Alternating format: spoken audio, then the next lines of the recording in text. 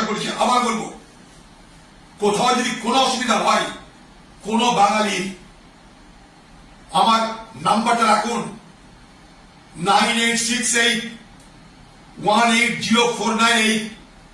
দয়া করে আমাকে একটা মেসেজ করবেন। কোথাও যদি কোনো বাঙালি পরিবারের অসুবিধা হয়, কোথাও যদি বাংলাদেশি বলে কাউকে আক্রমণ করা হয়, মনে করে একটা কল করে দেখেন, একটা মেসেজ করে দেখেন। আপনাদের মধ্যে দাঁড়ানোর ইচ্ছা আছে কিনা আছে একটা মেসেজ করে দেখেন আপনারা। 9868180498 মেসেজ করবেন।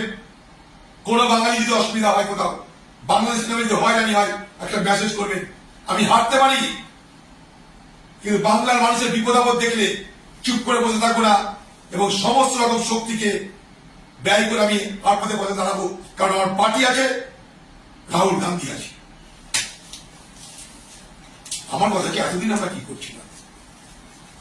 ভোটের বাদ্যি বাজার আগে কেন আমাদের ঘুম ভাঙছে?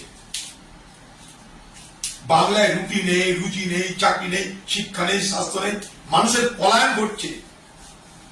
এই পলায়ন রুখতে আমরা কেন কিছু করতে পারলাম না?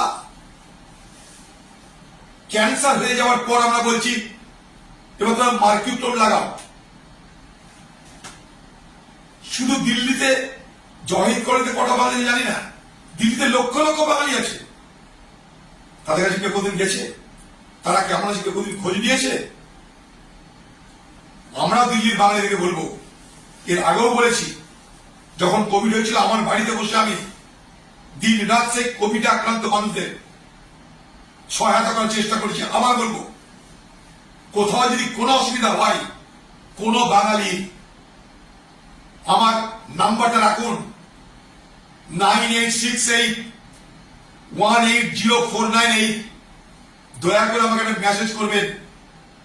কোথাও যদি কোনো বাঙালি পরিবারের অসুবিধা হয়, কোথাও যদি বাংলাদেশি বলে কাউকে আক্রমণ করা হয়, মনে করে একটা কল করে দেখেন, একটা মেসেজ করে দেখেন।